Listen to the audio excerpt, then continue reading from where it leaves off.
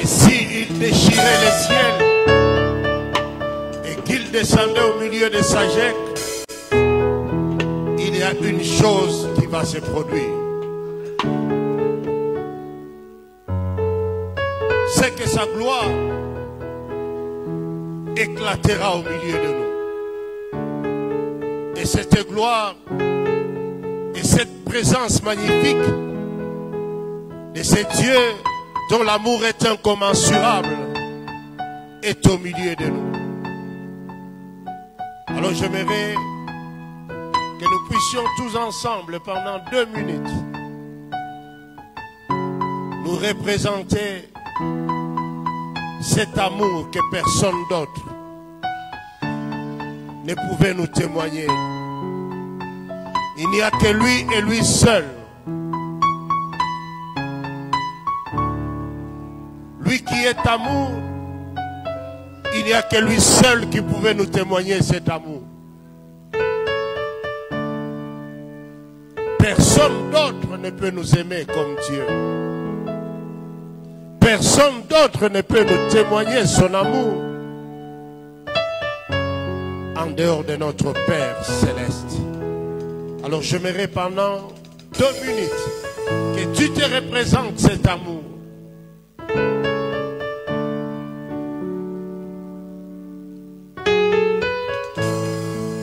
Cet amour qui t'a pris, qui m'a pris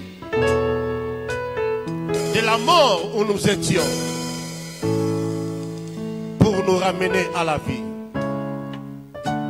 Cet amour qui nous a pris dans les ténèbres où nous étions pour nous amener à l'admirable lumière de son Fils.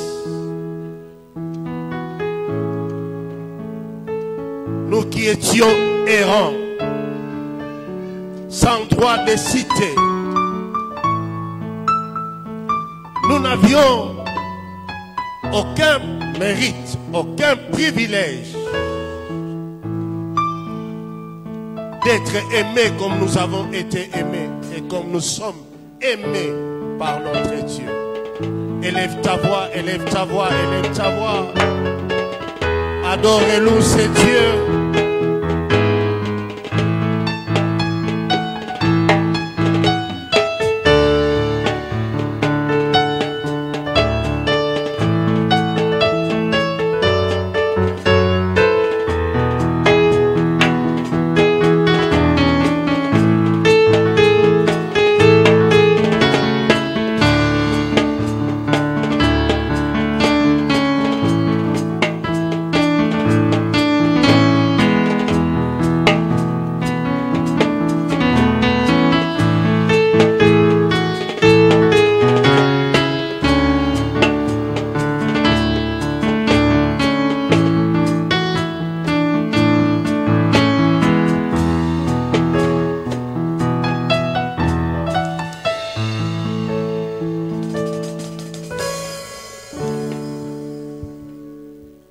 Un si grand Dieu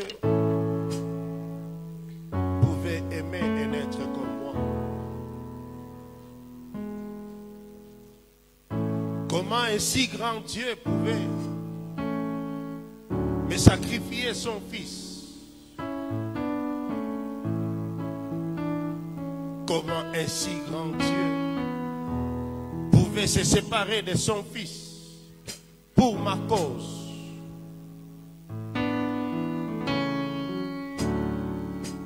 Cet amour me garde droit dans ses voies. Cet amour m'éloigne de péché. Parce que je ne peux pas m'imaginer un si grand Dieu me donner ce qu'il avait de plus cher.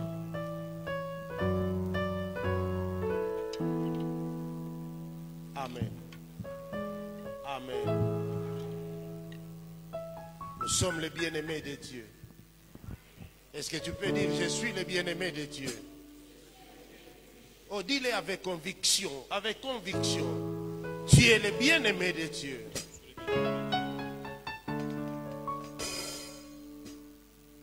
Si grand peut être Michaël, mais Dieu n'a pas sacrifié son fils pour Michaël. Est-ce que je me fais comprendre? Si puissant que Michael peut être, Dieu ne peut pas sacrifier son Fils unique Jésus-Christ. Alléluia. Sur ce plan-là, j'ai une place dans les cœurs de Dieu. Amen. Amen. Nous sommes dans la joie d'être dans la maison de Dieu ce soir pour participer à un repas, à un festin.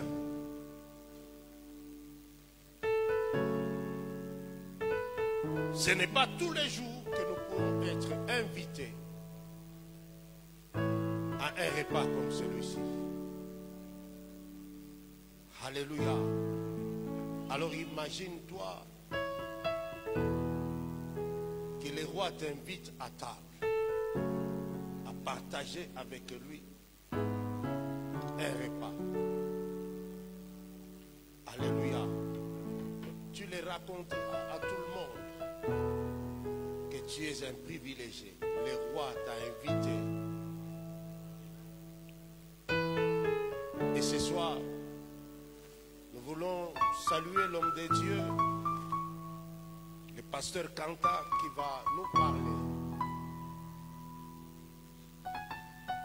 qui va nous apporter ces mets succulents, préparés dans les lieux célestes, pour que nous puissions être rassasiés et être dans la joie. Amen. Alors j'aimerais que tu ne sois pas impatient, que tu ne sois pas impatient, que tu oublies tout ce que tu as comme préoccupation. Que tu oublies que tu es un homme, une femme ordinaire, mais que tu saches que tu es un homme, une femme extraordinaire, que Dieu invite à sa table. Alléluia. Dieu ne t'a pas réservé les miettes. Les miettes, c'est pour les esclaves. C'est pour les serviteurs. Toi, tu n'es pas serviteur ni esclave. Toi, tu es le bien-aimé de Dieu. Tu es fils de Dieu. Alléluia. Alors, nous invitons le révérend pasteur qui va continuer.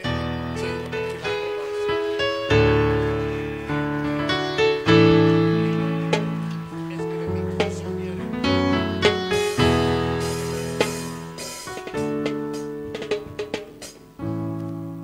Merci beaucoup, papa. Éternel Dieu, Père, ce soir, il n'y a que toi qui as la mesure, Père Céleste, de ce qui va se passer. Parce que nous voulons demeurer simplement un baffle, Père Céleste, qui renvoie la voix, Père Céleste, que tu émets à partir du ciel. Père, que nous demeurons attentifs, que nous demeurons disponibles, Père. Merci pour ce que tu vas faire ce soir, éternel Dieu. Quand ta parole sera en train d'être donnée, éternel Dieu, tu seras en train d'accomplir les choses dans la vie de mon frère et de ma sœur, Père. Père, ce n'est pas par la force, mais par l'esprit. L'esprit, on ne voit pas, mais l'esprit fait de grandes choses. Père, accorde la délivrance, accorde la restauration, Père. Merci pour ce que tu vas libérer ce soir. Que la gloire te revienne, que l'immensité espère, et que le Saint-Esprit parle. Que l'atmosphère terrestre cède la place à l'atmosphère céleste, Père. Père, que les ciels demeurent ouverts aux de tous. Que toute la gloire te revienne au nom puissant de ton Fils bien-aimé. Nous avons ainsi prié avec action de grâce. Nous disons merci, nous disons tous Amen. Amen.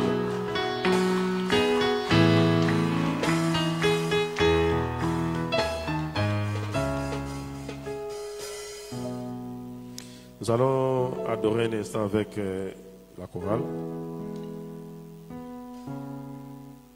Fais ça du fond de ton cœur. C'est toute une prière que tu es en train de faire.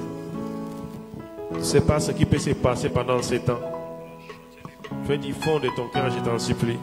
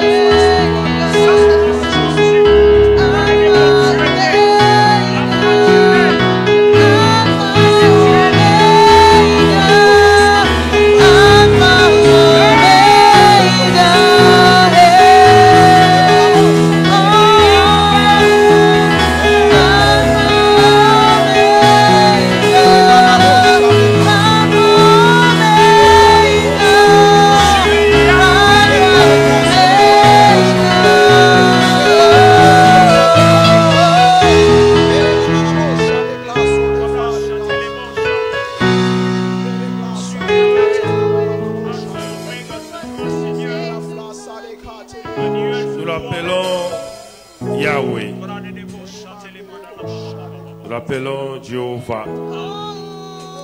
Nous disons qu'il est Elohim. Nous disons qu'il est Adonai. El Elyon.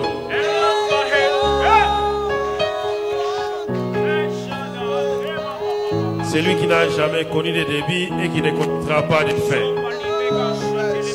Le vrai, le véritable et l'unique Dieu. Le Saint des Saints.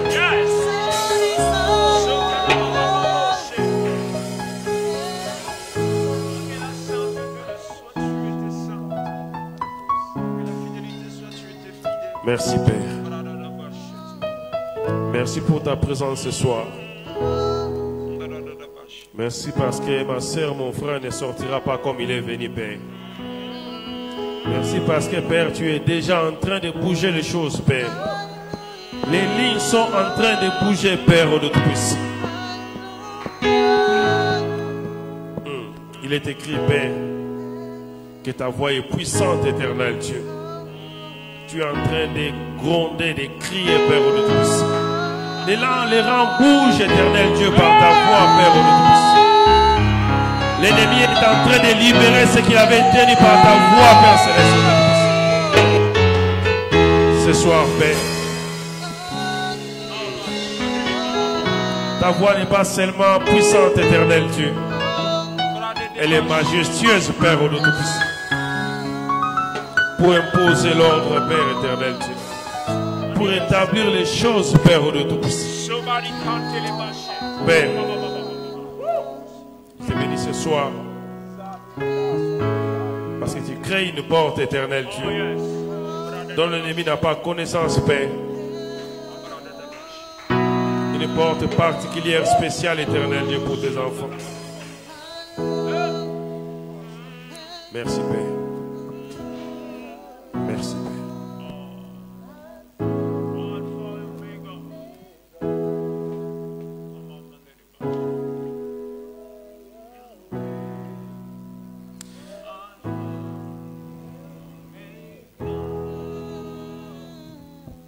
Amen. Amen. Est-ce que nous pouvons acclamer pour Dieu?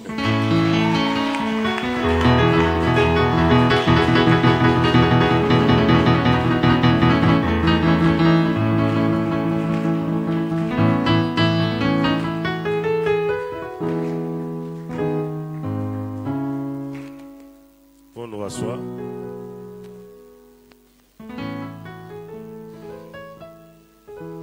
Les mercredis, nous avons commencé notre partage. Et dans notre partage, nous sommes partis du constat dans lequel Dieu, le créateur de tout, a créé la terre. La terre qu'il avait créée, la Bible dit qu'elle était informe et vide. Ce n'était pas la fin de l'œuvre de Dieu. Ce n'était pas ça la finalité du projet de Dieu. Nous avons fait aussi le constat que l'homme que Dieu a placé, il avait placé pour une finalité. Il avait un objectif, c'est que l'homme devrait régner. Nous avons dit aussi que Dieu a créé la terre. La finalité, l'objectif de la terre, c'était être la maison de l'homme. L'homme, c'est le maître de la terre, le chef de la terre, le chef de la maison qui s'appelle terre. Nous avons vu aussi que l'homme a échoué dans sa mission. Nous avons compris aussi que l'échec de l'homme s'expliquait par le fait qu'il manquait le fondement, la parole de Dieu, qui est le fondement de toute vie. C'est la fondation qu'il faut pour qu'une maison soit érigée avec assurance. Il manquait. Nous avons comparé ce tableau-là au tableau de Jésus-Christ dans la même situation. Tenté toujours par les diables avec la même stratégie. Et nous avions compris que Jésus-Christ n'est pas allé par 4 chemins. Il retournait les diables toujours dans la parole de Dieu. Il lui disait, il est écrit. Celui qui sait ce qui est écrit a l'avantage, il a la victoire. Parce qu'il est écrit qu'il a vaincu Quand tu te rappelleras qu'il est écrit qu'il a vaincu, tu vas te rappeler aussi que les combats là n'est que la rediffusion d'une victoire d'il y a 2000 ans. Amen.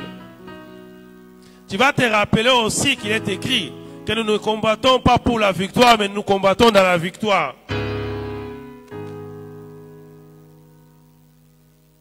C'est ce que nous avions dit. Et nous sommes arrivés au point où nous étions en train d'expliquer que la terre en soi, nous disons les œuvres de la chair et les œuvres du monde, la terre en soi, elle n'est pas une mauvaise chose, c'est l'œuvre de Dieu. Mais nous, l'homme qui a habité la terre, ce qu'il a produit, ce n'était pas de bonnes choses. Les œuvres de la chair, nous avons lu. La Bible nous a montré, nous avons synthétisé cela. Tout ce qui est œuvre de la chair est résumé par les désordres. Amen. Et nous avons aussi vu ce que produit l'esprit qui conduit le royaume de Dieu était résumé par l'ordre, par l'esprit même qui nous conduisait. L'apôtre, nous l'avons lu dans Romains 7, il s'est dit, il veut faire les bonnes choses. Parce qu'il a compris la parole de Dieu. La parole de Dieu l'a pénétré, il veut faire des bonnes choses. Mais il se rend compte qu'il y a une loi qui pèse. Une loi qui l'oblige à faire les choses qu'il ne veut pas, qu'il veut être mauvaise. C'est comme ça qu'il arrive à la conclusion lamentable,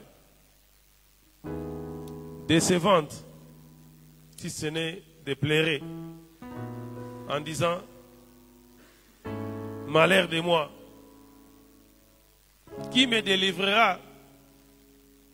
Parce qu'il se rend encore compte qu'il a un corps, mais il n'est pas maître de ce corps. Ce que lui veut faire, il ne fait pas. On lui fait faire des choses, et ce qu'on lui fait faire, c'est justement ce que Dieu ne veut pas. Et c'est par là que nous sommes arrêtés. Nous avons dit, qui nous délivrera? J'ai dit oui, c'était une situation difficile. Mais ça, ce n'est qu'une étape, ce n'est pas la fin. La terre créée par Dieu, à un certain moment, était informe et vide. Mais Dieu n'a pas arrêté là. Il ne s'est pas contenté de voir la terre comme ça. Parce qu'il avait un projet. Il appelait la terre à quoi? Il a créé l'homme. Il y avait un objectif pour l'homme. L'homme doit régner. Parce que Dieu lui-même a régné sur toute sa création. Et il continue à régner. L'homme, à sa ressemblance, doit régner. Amen. Mais avant de démarrer aujourd'hui et de répondre à cette question-là, je voudrais faire un propos. Il y a deux problèmes dans les chrétiens.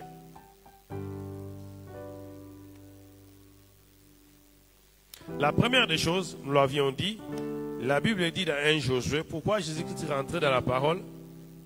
La Bible dit dans 1 Josué 8 que ce livre de la loi ne s'éloigne point de ta bouche. Nous en avons parlé, hein?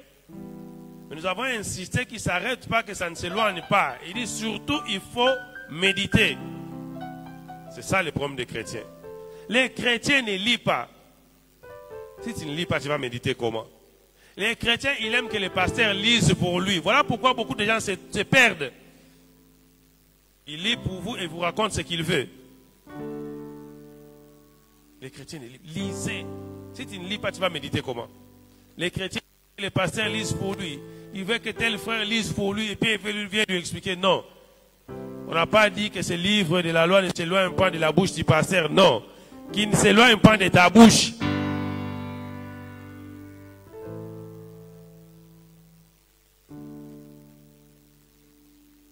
Je vais y revenir.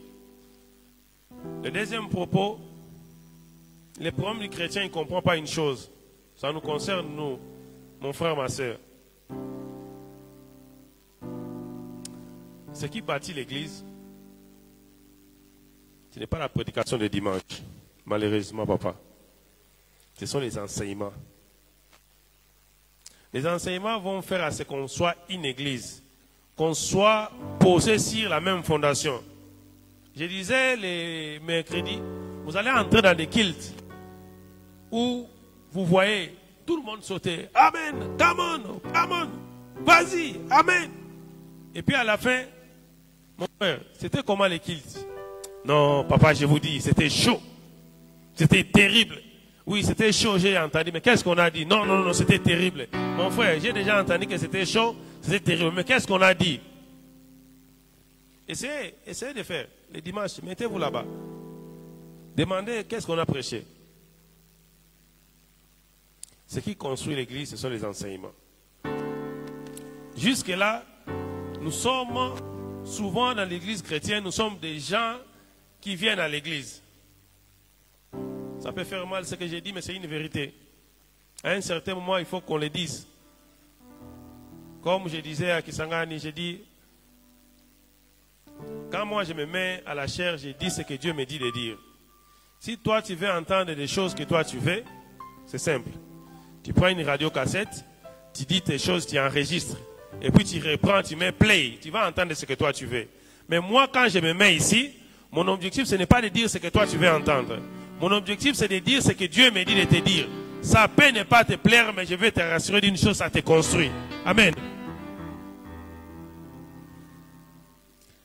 Les fondements de l'église arrivent quand nous tous, nous comprenons bien c'est à quoi nous sommes appelés. Papa, c'est des fois compliqué. Vous avez 3 sœurs, 3 frères de même église qui vont évangéliser. Vous prenez les 3 personnes évangélisées, vous appelez. Chacun a reçu une évangélisation particulière. C'était la même église qui évangélisait ou c'était 3 personnes qui évangélisaient? Une église, une vision. Amen. Si nous avons 3 évangélisations ou 3 messages à évangéliser, il y a combien de visions? 3 visions.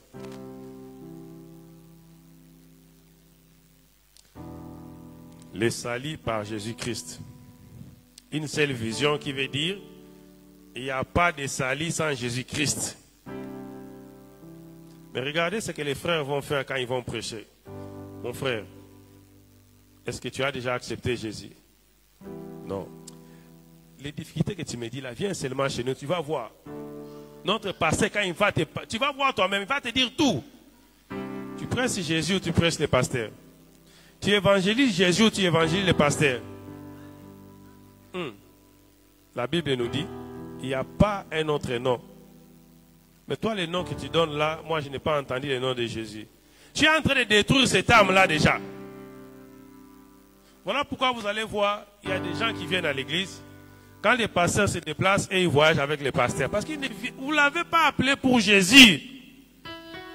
Vous l'avez appelé pour les pasteurs. Comme lui, il est venu pour les pasteurs, si le pasteur n'est pas là, il va. Mais si vous l'avez appelé pour Jésus, même quand les pasteurs voyagent, Jésus, lui, il est là. Même quand toute l'église va partir, Jésus, lui, il est là.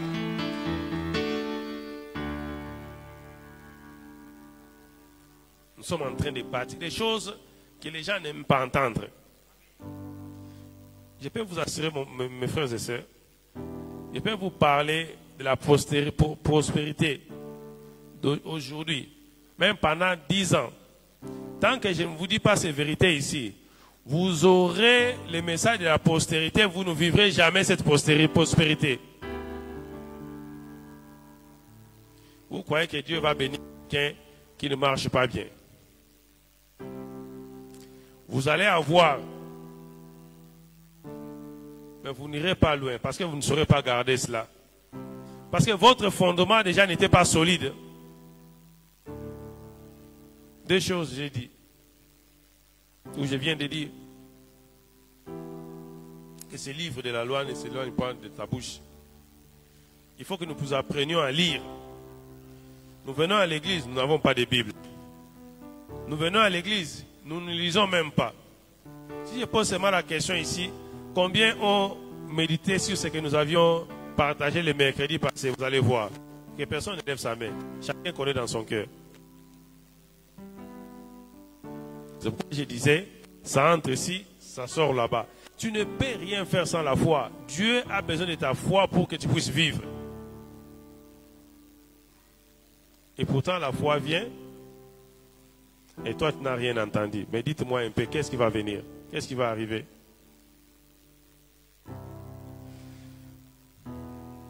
C'était un rappel.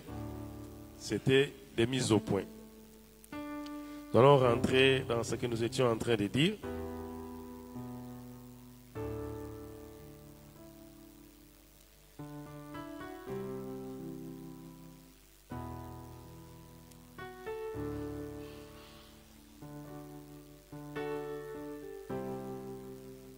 Donc nous sommes arrêtés à la question qui me délivrera de ce corps voué à la mort. C'est dans la Bible du Semeur, hein? La version du Semeur. Alors, ce sont des pleurs. Amen. Mais ce n'était pas la seule personne qui a pleuré. La Bible me dit, nous sommes dans Apocalypse 5.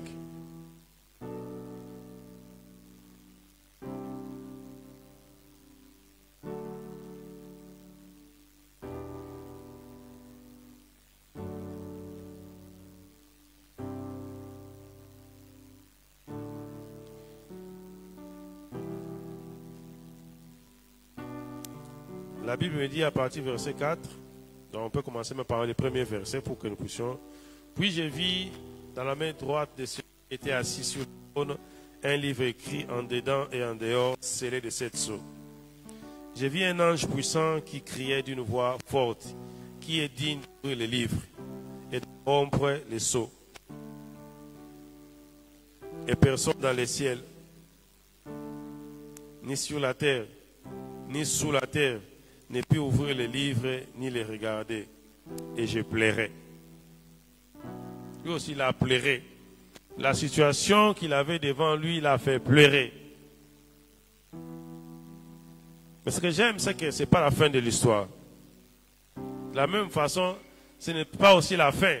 Que le corps puisse avoir de l'emprise sur notre corps. Ce n'est qu'une étape. La Bible dit, et l'un des vieillards me dit, ne pleure point. Voici les lions de la tribu de Juda. Les rejetons de David a vaincu pour ouvrir le livre et ses 7 sceaux.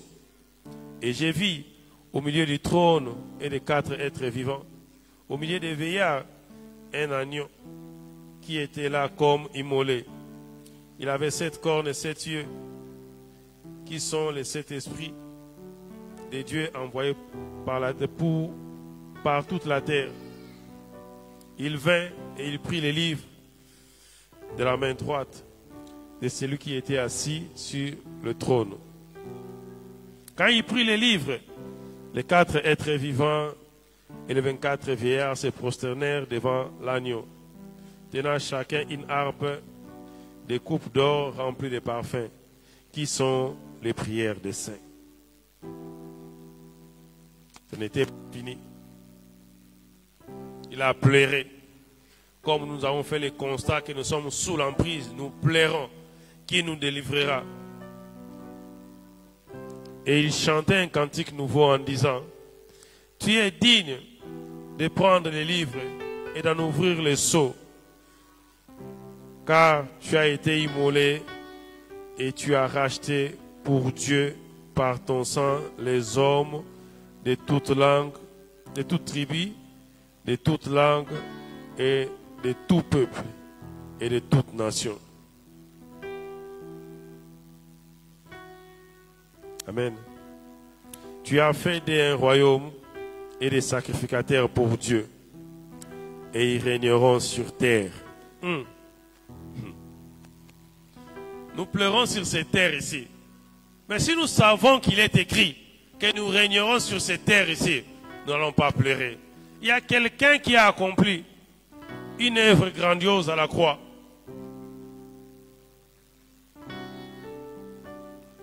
La Bible nous dit,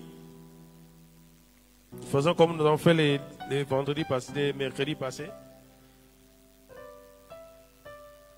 Nous prenons encore un autre texte, Matthieu 26, à partir du 20e verset jusqu'au 28e verset.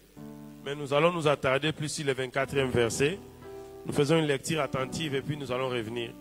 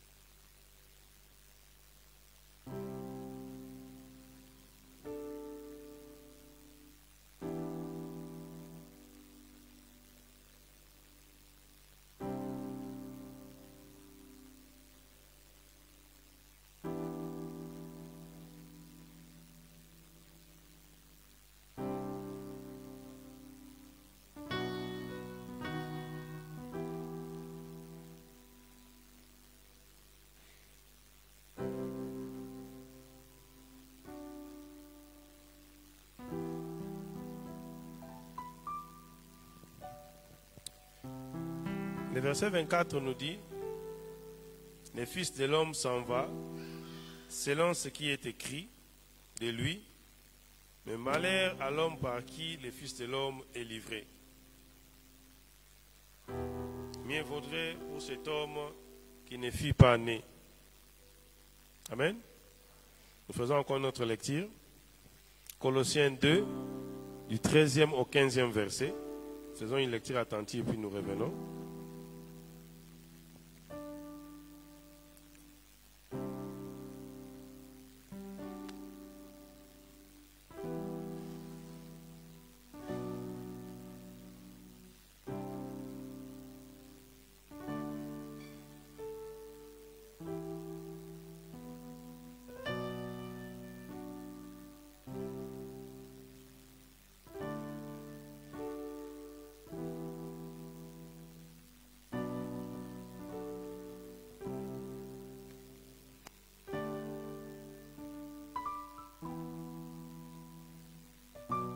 Colossiens 2, du 13e au 15e verset, nous lisons. Vous qui étiez morts par vos offenses et par l'incirconcision de votre chair, il vous a rendus à la vie avec lui, en nous faisant grâce par toutes nos offenses. Il a effacé l'acte dont les ordonnances nous condamnaient et qui subsistait contre nous. Et il a détruit en les clouant à la croix. Il a dépouillé les dominations et les autorités et les a livrées publiquement en spectacle en triomphant d'elles à la croix.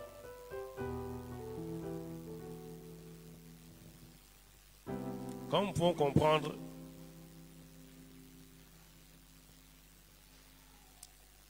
les problèmes posés dans 27, du 21e au 24e verset, c'est qu'on se rend compte qu'on ne sait pas marcher, qu'on ne sait pas agir, on ne sait pas faire ce qu'on veut, non pas parce qu'on ne comprend pas qu'on veut faire ce que la parole de Dieu nous demande, mais seulement parce qu'il y a une loi qui pèse sur nous. Il y a une domination qui règne sur nous, qui s'impose sur nous. Et le conseil de la mère, qui me délivrera? La parole de Dieu nous donne la réponse dans Colossiens 2. Il dit qu'il y a une œuvre, papa, qui a été accomplie à la croix. C'est cette œuvre-là qui nous délivre. Parce que dans cette œuvre-là, ce qui a été accompli, il nous dit, il a effacé les actes dont les ordonnances nous condamnaient. Il a dépouillé les dominations et les autorités. Les dominations qui pesaient sur nous là, ce qui nous empêchait. La Bible dit dans Romains 7, là, qu'il y a une loi qui pesait sur nous, qui s'imposait. Et nous voyons dans Colossiens 2 qu'à la croix, cette loi-là a été dépouillée, elle a été effacée, elle a été annulée. Donc, mes plaies trouvent des solutions. Qui me délivrera? Qui me délivrera? Jésus.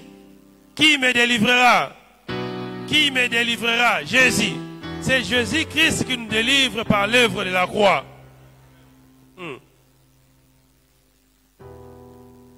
Il nous dit clairement que nous n'avons pas à pleurer. Jésus-Christ à la croix. À la croix, il a accompli beaucoup de choses. À la croix, il nous a délivrés. À la croix, il a ôté cette domination qui pesait sur nous. Il a triomphé d'elle. Quand tu sens que tu veux marcher avec Dieu, mais il y a des choses qui te retiennent, ne pleure pas. Souviens-toi qu'à la croix, il y a une œuvre qui a été accomplie à ta faveur. Souviens-toi qu'à la croix, toutes les dominations qui pouvaient peser sur toi ont été écrasées. Elles ont été clouées. Souviens-toi qu'à la croix, la victoire a été remportée pour toi. Une victoire éternelle. Une victoire pour des siècles et des siècles. Souviens-toi qu'il est écrit. Voilà pourquoi les chrétiens doivent lire. Pour qu'ils sachent qu'est-ce qui est écrit. Parce que dans toute situation que tu croiseras dans la vie, il y a quelque chose qui est écrit. Il y a une réponse à toute situation. Ma sœur, même la situation qui te dérange, dis-toi qu'il est écrit quelque chose. La Bible dit, la gloire de Dieu, c'est de cacher les choses. Dans la Bible, là, il y a tout. Et la joie du roi, c'est qu'il puisse aller dénicher, trouver ces choses-là. Ce qui nous est demandé, c'est de nous rendre compte que ce n'est pas la fin parce que les choses deviennent compliquées. Qu'il y a une solution. Te rappeler qu'à la croix, il y a une œuvre qui a été accomplie. Donc quand toi tu pars faire ton évangélisation, tu ne vas pas sauver ton frère par la prédication sur ton pasteur. Tu ne vas pas sauver ton frère par la prédication sur ce que toi tu as déjà accompli. Tu ne vas pas sauver ton frère par la prédication, le témoignage de ce que tu as vécu. Tu le sauveras par le message de l'œuvre de la croix. Le message qui nous donne la victoire. Le message qui délivre. Même celui que tu vas croiser là, il a des problèmes. Il est en difficulté. Il pleure. Il est aussi comme on a Romains 7. Qui me délivrera? Qui me sortira de cette situation? Je te donne la réponse. L'œuvre de la croix. L'œuvre de la croix te donnera la réponse. L'œuvre de la croix te tirera des situations difficiles. L'œuvre de la croix est une garantie.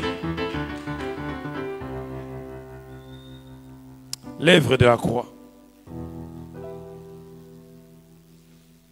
J'aimerais encore dire une chose. C'est que nous puissions retenir que ce que nous faisons, nous sommes en train de nous affermir.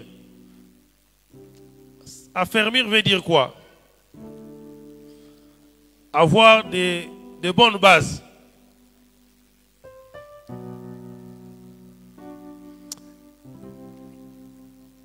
La Bible dit, il n'y a que Dieu qui a le pouvoir de tout affermir. Donc ce n'est que dans la parole de Dieu que nous aurons le bon affermissement. Moi, je ne suis qu'un simple baf qui ne fait que renvoyer la voix qui a été émise. Mais l'affermissement, tu l'auras dans la parole de Dieu. Donc nous prêchons Jésus-Christ. Nous prêchons le nom de Jésus-Christ. Vous savez, quand vous lisez la Bible, vous allez vous rendre compte. Même quand on poursuivait, vous avez déjà lu dans la Bible, hein? La Bible dit, Isaac part, il revient au lieu où Abraham avait dressé l'autel. Jacob passe, il retourne au lieu où Abraham avait dressé l'autel. Tous ils passent, ils vont revenir au lieu où Abraham avait dressé l'autel. Vous croyez c'est pourquoi? quand Joseph part, les enfants d'Israël restent plus dans des difficultés. Amen. Et ils voient les difficultés, ils pleurent. Mais qu'il n'y a qu'une seule personne qui sait ce qui se passe.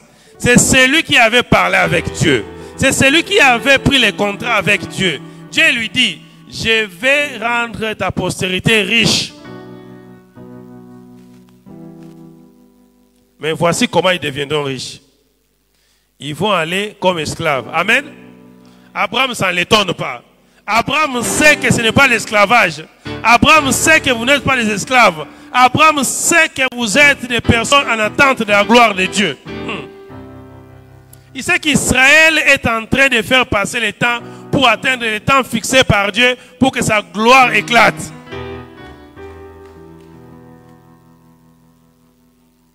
La gloire de Dieu, des fois nous foulons cela à pied parce que nous ne sommes pas patients. Ça fait partie des fruits de l'esprit. Dans notre royaume, hein, l'une des choses qui va identifier que nous sommes les enfants de Dieu, c'est parce que nous sommes patients. Mon frère, toi tu nais aujourd'hui. Tu veux déjà aujourd'hui commencer à prophétiser. Ah, lis dans la Bible. Samuel, avant qu'il ne vienne dans le ventre de sa mère, il a déjà été promis à Dieu. C'est-à-dire, Dieu les travaille. Il sort, on l'accomplit, on l'amène dans la maison de Dieu. Mais la Bible est en train de dire, au moment où on l'amène, la parole de Dieu est devenue rare. Les visions sont devenues rares, mais il est là. Il est entraîné par Dieu, mais il ne prophétise pas directement. Toi, tu veux, toi, aujourd'hui, si on te prêche, on t'évangélise, tu crois aujourd'hui. Le soir, tu veux prophétiser. Après demain, je ne sais pas. Même l'enfant là, il y a un rythme qu'il suit. La patience, ça fait partie des caractéristiques des enfants de Dieu.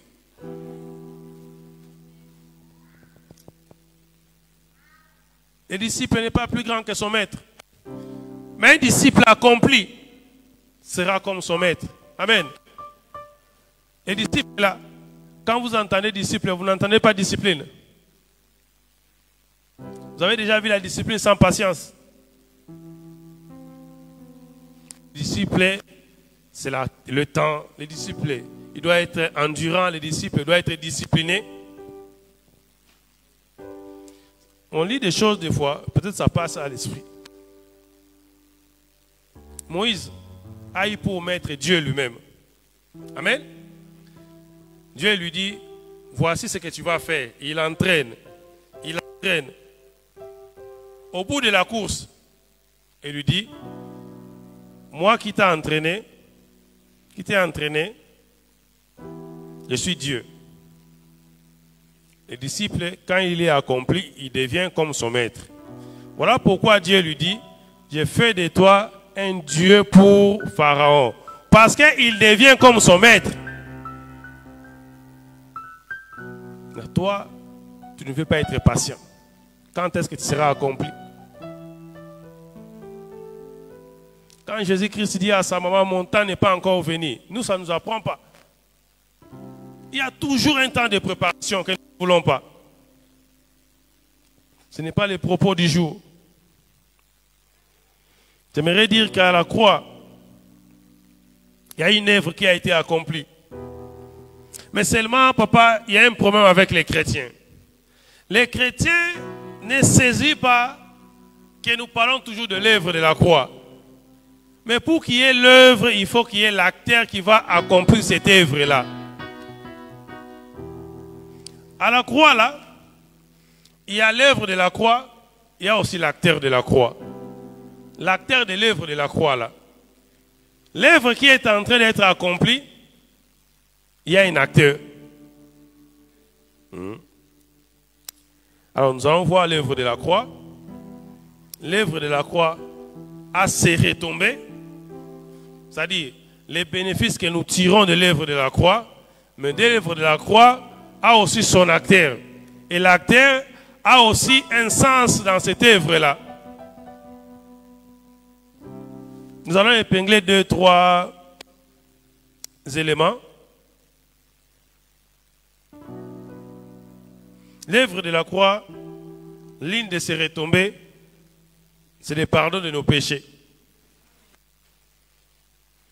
À la croix, ce qui a été accompli comme œuvre, c'est de nous accorder le pardon de nos péchés.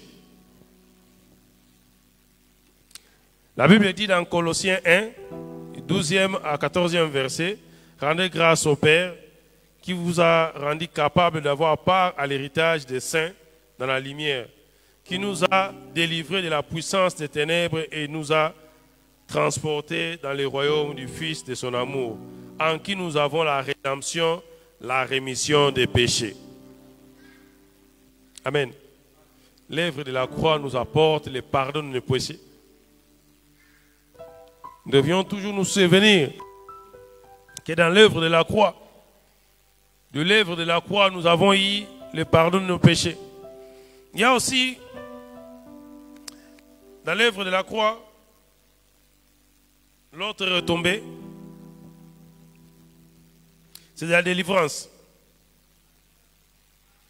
Colossiens 1, 12 à 13, la Bible nous dit, rendez grâce au Père qui vous a rendu capable d'avoir part à l'héritage des saints dans la lumière, qui nous a délivrés de la puissance des ténèbres. Nous sommes aussi délivrés dans l'œuvre de la croix.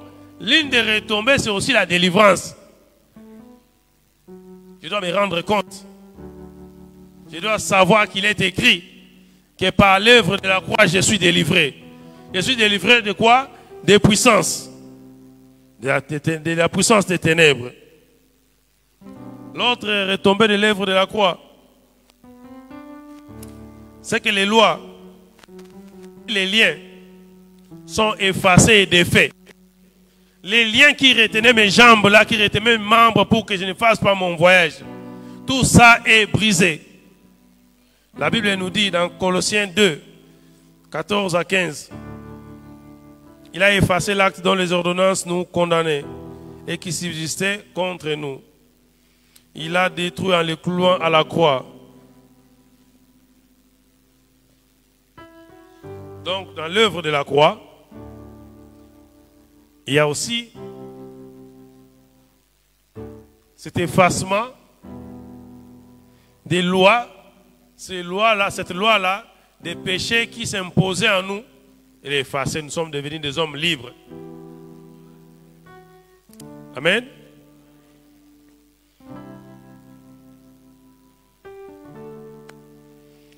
Comme je disais, l'œuvre de la croix, il nous rend aussi capables de participer, de prendre part à l'héritage. Dans l'œuvre de la croix, nous sommes héritiers. Nous prenons part à l'héritage, nous sommes co-héritiers. Colossiens 1, 12. Rendez grâce au Père qui vous a rendu capable d'avoir part à l'héritage des saints dans la lumière.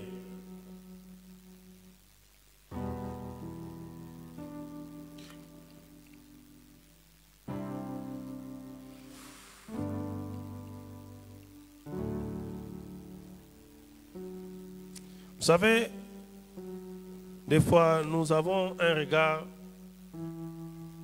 erroné. Il y a certaines choses qui s'accomplissent.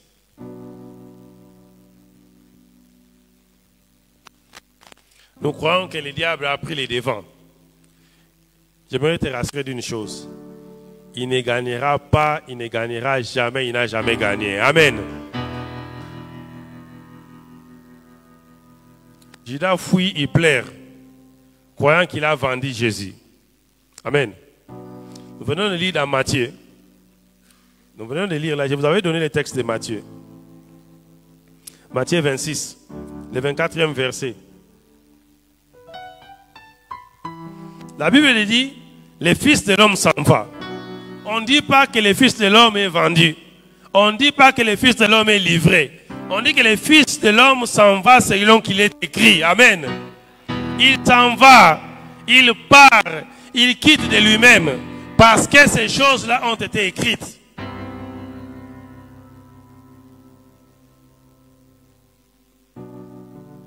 Ça a été écrit. le diable croit qu'il est en train de gagner. Même quand Jésus-Christ arrive à la croix, lui il croit qu'il a gagné. Mais il n'a pas gagné. Les choses-là ont été écrites comme ça, que ça passera comme ceci. Quand nous lisons dans Zacharie, nous allons nous rendre compte que même la somme qu'on donne à Judas, il a été écrit que c'est à ce prix-là qu'on va évaluer Dieu. Il s'en va. Mais malheur. Parce que j'ai dit que Dieu cherche les personnes disposées. De chercher les personnes de bonne disposition. Parce qu'il y a aussi des personnes de mauvaise disposition. Comme Judas là. De mauvaise disposition. Mais même ici, ils sont de mauvaise disposition. Ils n'empêcheront pas l'accomplissement de l'œuvre de Dieu.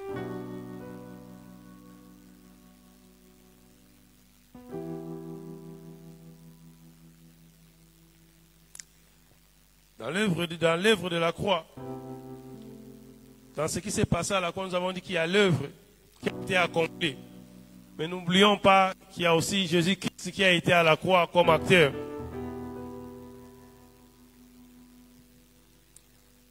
Comme je viens de le dire, lui, il part, il s'en va. Donc, s'en aller, c'est le sujet qui pose, qui fait l'action. Donc Jésus-Christ s'en va. Donc nous avons un sens dans ça. Jésus-Christ s'en va où? Il part accepter la mission qui lui a été confiée d'être les substituts. Il s'en va où? Prendre notre place. Il s'en va où? Accomplir la tâche de ce qu'il avait eu comme contrat avec le Père. Jean 3, 16. Car Dieu a tant aimé le monde. Il a donné son Fils unique.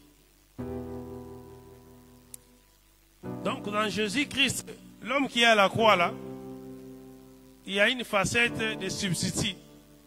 Il y a la facette de celui qui prend la place, il a pris notre place. Nous n'arrêtons pas seulement à voir que nous avons réussi la délivrance. Regardons aussi Jésus-Christ qui a pris notre place. Nous voyons qu'il a pris notre place dans Ésaïe 53, du 3e au 7e verset. La Bible nous dit: méprisé et abandonné des hommes, homme de douleur et habitué à la souffrance, semblable à celui dont on détourne des visages, nous l'avons dédaigné, nous n'avons fait de lui aucun cas. Cependant, c'est de nos souffrances qu'il a porté, c'est de nos douleurs qu'il s'est chargé, et nous l'avons considéré comme puni, frappé de Dieu et humilié. Mais il s'était blessé pour nos péchés, brisé pour nos iniquités. Le châtiment qui nous donne la paix est tombé sur lui. Et c'est par ces meurtrissures que nous sommes guéris. Nous étions tous errants comme des brebis. Chacun suivait sa propre voie. L'Éternel a fait tomber sur lui l'iniquité de nous tous. Il a été maltraité et opprimé. Il n'a point ouvert la bouche, sans agneau que l'on mène à la boucherie, à une brebis muette devant ceux qui l'attendent. Il n'a point ouvert la bouche.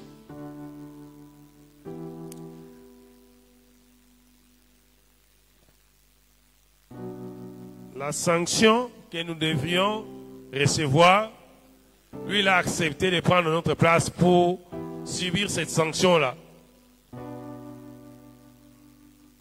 Souvenons-nous de ça. Vous savez, moi, il arrive des fois, la situation devient très difficile. J'ai fait une prière là. Cette prière-là, je l'ai prise à une prédication de papa. Cette prière-là, j'ai fait quoi? J'ai dit: Père, il est écrit. Souviens-toi qu'il est écrit. Je cite tout ce qui est écrit à ma faveur. Il dit, Père, souviens-toi aussi qu'il n'est pas écrit que quand tu es l'homme habitué à la douleur. Non, non, non, non, non. Ça n'est pas écrit. Moi, je ne suis pas l'homme habitué aux situations difficiles. Moi, il est écrit, je suis habitué aux situations très faciles. Parce que moi, on doit toujours prendre ma place. L'homme habitué à la souffrance, aux situations difficiles, la Bible dit dans Isaïe 53, ce n'est pas moi. Moi, on doit prendre ma place. Papa, moi, je suis l'homme habitué aux situations très, très, très, très, très faciles. J'ai fait ma prière, j'ai fait ça, quand ça devient difficile, j'ai fait toujours cette prière-là. Et Dieu a toujours exaucé. Parce que Dieu, il n'y a pas quelque chose qui les lit si ce n'est sa parole. Quand tu pries, tu dis, il est écrit. Ah, Dieu lui-même regarde et dit, j'avais déjà écrit. Parce que quand j'avais écrit, j'avais imposé la loi que le péché ne partira que par le sang. Même pour racheter l'humanité, j'ai donné mon fils pour que le sang parte. Je n'ai pas changé. Ce n'est pas aujourd'hui qui va changer.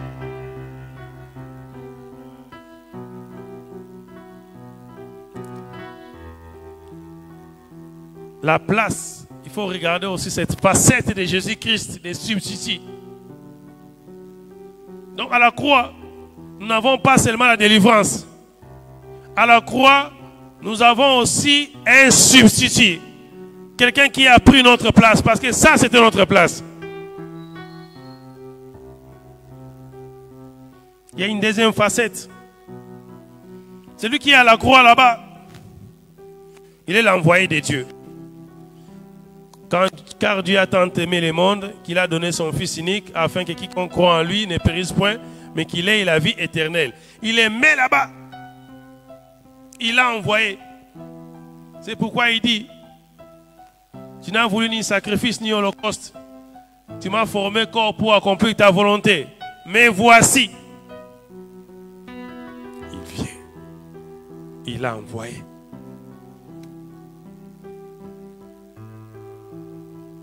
Un envoyé qui accomplit fidèlement sa tâche. C'est pourquoi il dit, Père, je n'ai perdu aucun de ce que tu m'as donné, si ce n'est le fils de la perdition. Ça nous rappelle à nous aussi d'apprendre à respecter nos devoirs. Il nous est recommandé que ce livre de la loi ne s'éloigne point de nos bouches. Veillons à cela. Et aussi, nous devions méditer. Il y a des choses que nous ne vivons pas. Ce n'est pas parce que la main de Dieu est courte pour faire arriver ces choses. Mais c'est parce que nous ne sommes pas disposés à prendre ces choses-là.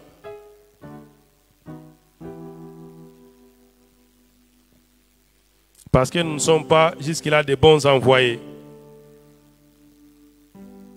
Si nous sommes des bons envoyés, nous accomplissons notre tâche et Dieu déverse notre salaire.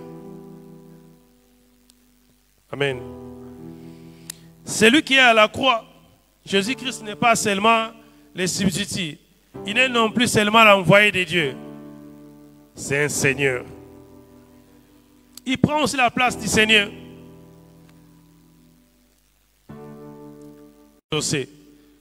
Il nous enseigne, notre maître. Il nous apprend. Il dit, le Père que nous prions là, ce n'est pas parce que tu vas beaucoup parler, non. Avant que toi tu ne commences à parler, lui il connaît déjà ce dont tu as besoin. Le maître nous enseigne. Il dit, non, ne faites pas comme ça. Ne soyez pas comme eux. Il dit en priant, ne multipliez pas de vaines paroles comme les païens qui s'imaginent qu'à force de paroles ils seront exaucés. Ne les ressemblez pas, car votre Père sait de quoi vous avez besoin avant que vous ne lui demandiez. Notre maître nous apprend, ma soeur, mon frère, ce n'est pas à force de tes larmes que tu auras la solution, mais à la capacité de ta disposition. Dieu n'aime pas les lamentations. Dieu aime les supplications. Si vous lisez attentivement l'histoire de Anne, vous allez vous rendre compte que c'est quand Anne a effacé les larmes qu'elle a trouvé la solution. Ces larmes-là ont amené que l'homme de Dieu croie qu'il était ivre. La Bible dit, elle est rentrée, elle a arrêté de pleurer, hein? Elle a changé l'attitude. Dieu ne se plaît pas aux lamentations, parce que les lamentations veut dire quoi? Lamentation veut dire qu'on n'a pas confiance en Dieu. C'est tout opposé de la foi. Celui qui a la foi, il supplie le Père parce qu'il sait que le Père va faire. Mais celui qui a les lamentations, il pleure parce qu'il voit qu'on ne lui donne pas.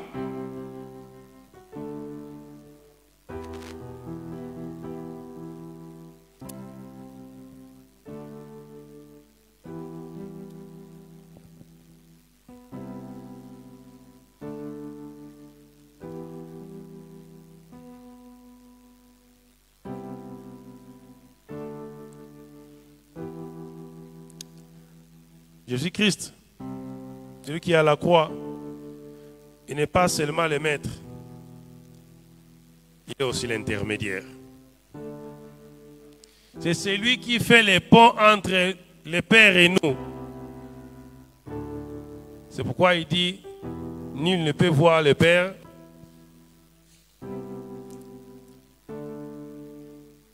J'aimerais que nous puissions comprendre une chose.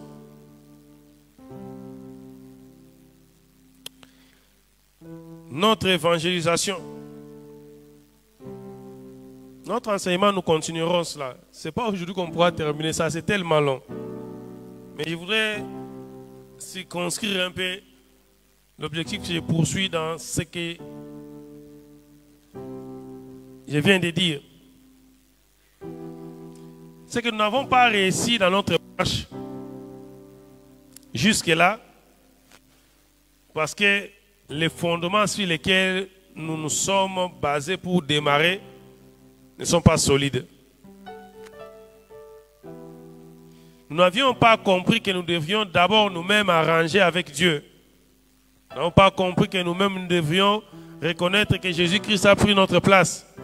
Nous n'avons pas compris que nous-mêmes nous devions bien nous aligner parce que les maîtres nous montrent la marche à suivre. Nous n'avons pas compris que nous-mêmes nous devions nous soumettre parce qu'il est Seigneur. Nous n'avons pas compris que nous n'avions plus le temps de nous lamenter parce qu'à la croix, la délivrance nous a été donnée. Nous n'avons pas compris que nous n'allions plus pleurer.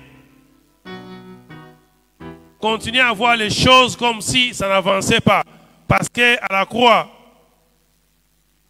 Jésus-Christ a déchiré, effacé toutes les condamnations qui pesaient sur nous. Parce que nous avons compris cela, nous devions changer notre façon de marcher.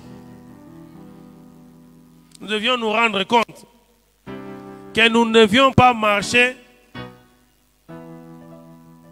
pour appeler les gens à l'église. Nous appelons les gens à Jésus-Christ. Et ces gens-là, nous les amenons à l'église pour qu'ils rencontrent Jésus-Christ. Quand nous faisons nos actes pour les amener à un homme, et nous, et la personne que nous amenons, nous avons déjà perdu les chemins.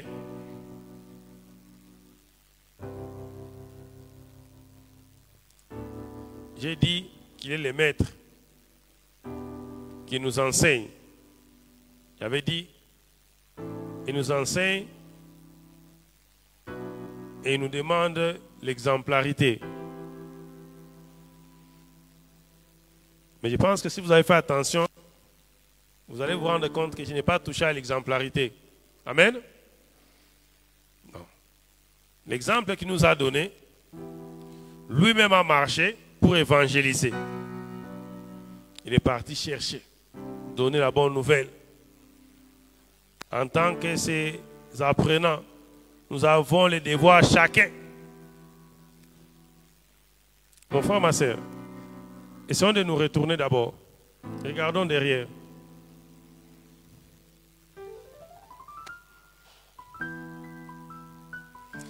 Fais un deal ce soir avec Dieu. Non, moi, je n'ai pas dit de... Regardez seulement là-bas. Faisons un deal avec Dieu. Choisis-toi le nombre de chaises que tu veux remplir. Ceux qui ne sont pas aujourd'hui, ils vont rester debout. Mais choisis les chaises que toi tu vas remplir.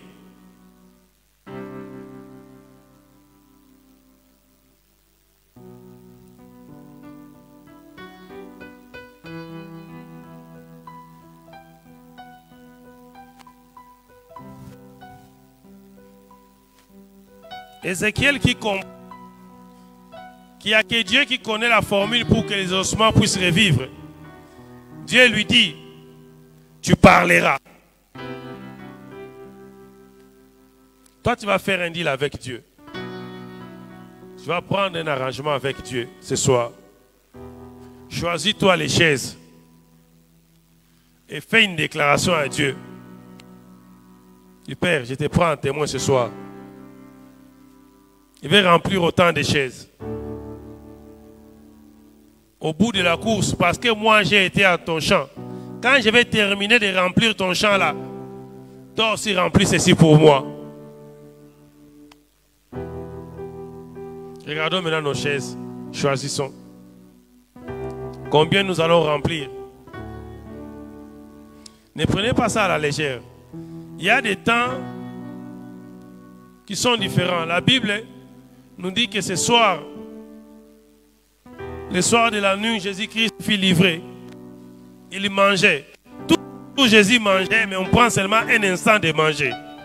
Parce que cet instant de manger-là n'était pas le même que les autres instants passés de manger. Cet instant-là était très spécial. Nous pouvons être à 19h, on prêche toujours à 19h, on dit les mêmes choses à 19h. Mais ces 19h ici n'est pas le même 19h que les autres 19h. On s'est choisi les nombres de chaises que nous allons remplir. On va se tenir debout. J'aimerais appeler à une personne qui a de Dieu le prophète. Il dit à la femme du prophète mort que prends le vase. Lui s'est arrêté à la capacité de cette femme-là de disposer du vase. Il t'a dit de prendre les chaises. Tu sais combien de chaises que tu as prises?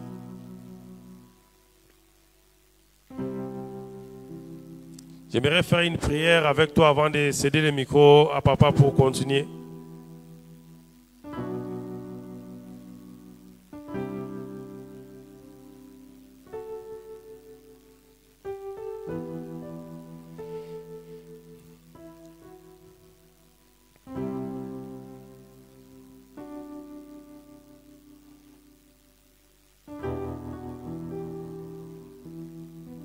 On peut nous conduire dans les mêmes cantiques que nous venions de faire.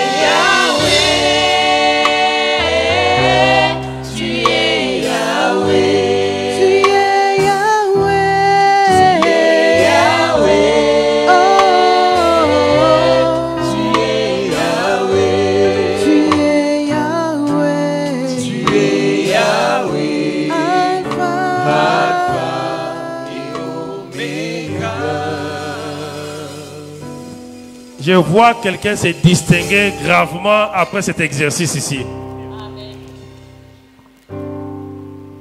Il va se distinguer, lui-même ne comprendra pas ce qui va se passer.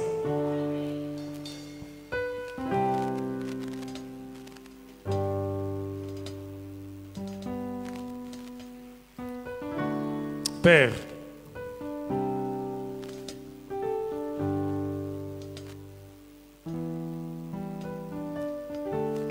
tu es le même hier, aujourd'hui et éternellement. Mais tu n'as pas la même façon de faire hier, aujourd'hui et éternellement, Père. Ce soir, Père, je te présente mon frère, ma soeur, qui a accepté d'entrer dans ton champ. Père, dans ces cas, tu as l'habitude d'entrer aussi dans leur champ, Père. Entre dans nos champs éternels, Dieu.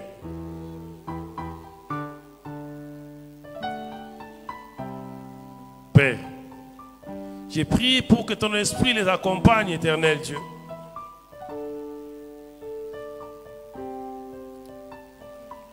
À s'acquitter de leur engagement, Père, au Dieu Tout-Puissant. Que ton esprit les accompagne, éternel Dieu. Dans l'évangélisation qu'ils vont faire, éternel Dieu.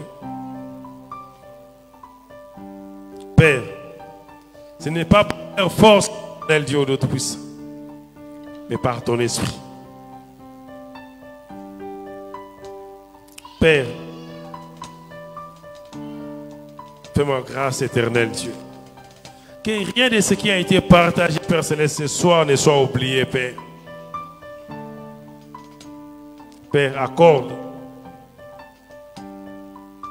qu'à partir de ce soir, que mon frère, ma soeur, expérimente, éternel Dieu. Que de la même façon, Père, au Dieu Tout-Puissant, que ce soir-là, avant que Jésus-Christ ne soit livré, il a partagé les repas avec les disciples. Père, de la même façon, il a fait un transfert d'identité éternelle, Dieu. Il soit chargé, Père, au Dieu Tout-Puissant, rempli du Saint-Esprit éternel, Dieu, pour accomplir ton travail, Père. Que la parole qui a été libérée ce soir, Père, soit éternel, Dieu Tout-Puissant, un instant de transfert éternel, Dieu Tout-Puissant. Que l'Esprit agisse en eux. Que l'Esprit, Père Céleste, conduise leurs pas. Que l'Esprit guide leur bouche, éternel Dieu. Que l'Esprit guide leur cœur, au Dieu Tout-Puissant. Que l'Esprit, Père Céleste, Dieu Tout-Puissant, les oriente vers les personnes, Père Céleste, ô Dieu Tout-Puissant, au-dedans desquelles, éternel Dieu Tout-Puissant, tu as déjà mis ta parole, éternel Dieu. Tu as déjà touché, Père, ô Dieu Tout-Puissant, pour qu'ensemble, éternel Dieu, nous puissions encore honorer ton nom, adorer ton nom, Père, et t'élever. Père,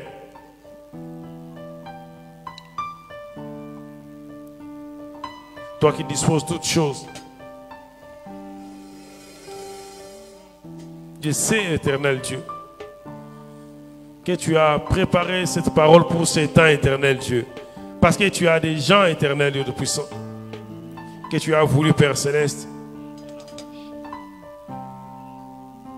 transformer, éternel Dieu. Des fois que tu as voulu, Père Céleste, révolutionner, Père, au Dieu Tout-Puissant. Père, je t'en supplie, Père. Souviens-toi de l'engagement de mon frère et de ma soeur. À l'accomplissement, Père Céleste, de son engagement éternel, Dieu. Que les choses deviennent différentes, éternel Dieu. Toi, tu n'es redevable de personne, Père, au Dieu Tout-Puissant. J'ai confiance, Père. Père, ce n'est pas la première fois, Père, au Dieu Tout-Puissant, que tu fasses faire des choses comme ça. J'ai confiance, éternel Dieu. J'ai confiance, éternel Dieu Tout-Puissant. Que les larmes seront essuyées, Père Céleste, au bout de cette course, Père, au Dieu Tout-Puissant. Que la délivrance va entrer dans une maison, dans une famille, au bout de cette course, éternel Dieu. Yes. Que Père, au Dieu Tout-Puissant, une bouche muette, Père Céleste, va parler, Père, au Dieu Tout-Puissant. Père, que les prophétiques, Père Céleste, va se répandre, éternel Dieu. Père, que la sagesse, Père Céleste, du ciel va se répandre, Père, au Tout-Puissant. Merci, Père éternel Dieu, de veiller à l'accomplissement, Père Céleste, de tes promesses sur tes enfants, Père. Il est écrit, il n'y aura pas de stérile parmi vous. Il n'y aura pas de stérile dans votre pays, Père. Père, que tout ce qui est fait au Congo, Père Céleste, puisse produire, éternel Dieu. Père, aussi bien sur le plan économique, politique, Père Céleste, que social, que tout produise. Même s'il y a des gens qui ne veulent pas que ça produise, Père, que ça produise parce que toi tu le veux, Père, au Tout-Puissant. Père, merci pour ta main qui s'allonge, ta main, Père Céleste, au Tout-Puissant, qui prend le devant de tes enfants, Père. Merci, Père, au Tout-Puissant, pour cette campagne particulière d'évangélisation qui va s'opérer, éternel Dieu.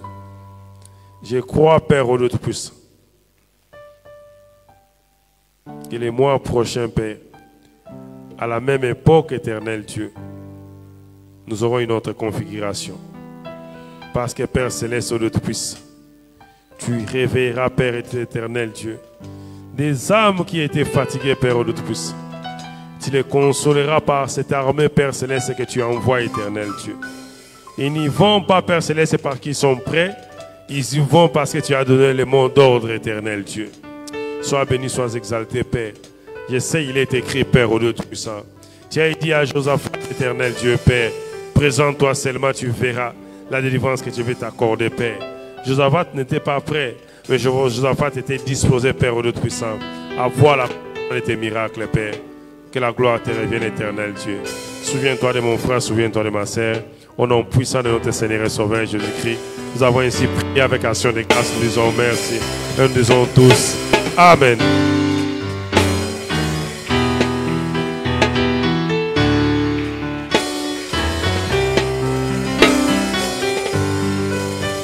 Que Dieu vous bénisse, pasteur. Dans 2 minutes, nous allons terminer. En fait, le Saint-Esprit nous a tous parlé.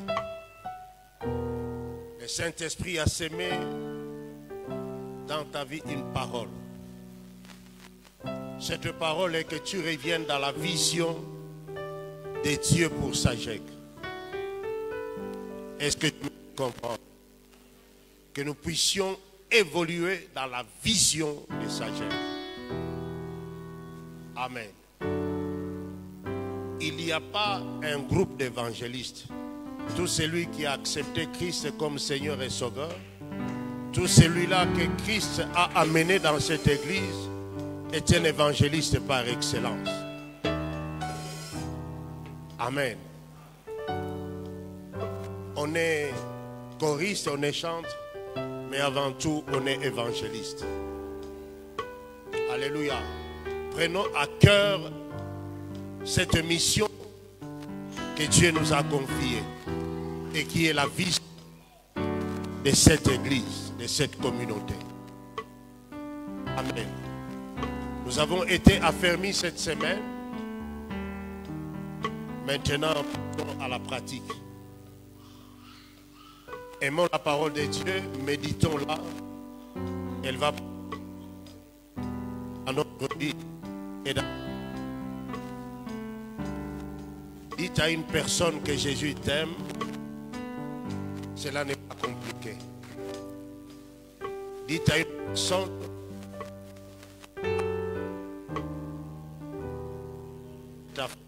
un ami, des amis, vous avez seulement pour parler dans tout. Mais vous n'avez pas sortir de leur milieu pour à Christ. Nos bien-aimés, l'esprit que nous avons reçu, ce n'est pas l'esprit de timidité. Nous à parler de Christ. Amen. Demain, nous allons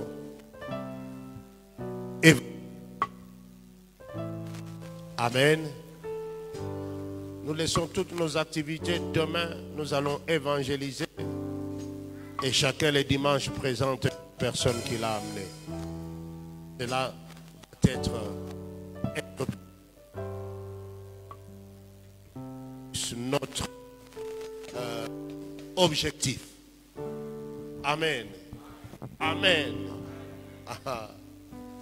Lorsque nous avons... Amen. Où sont ceux-là qui se disaient prophètes? Où sont ceux-là qui se disaient apôtres? C'était des mercenaires. Amen. Que Dieu soit loué. Est-ce que tu peux, révérend pasteur, que Dieu vous bénisse pour cette sémence? Elle produira, parce que nous avons une nouvelle église depuis le 23 août. Nous avons commencé une nouvelle église. Merci d'apporter votre pierre dans cet édifice et que Dieu vous bénisse. Amenez votre offrande et nous allons terminer les cultes.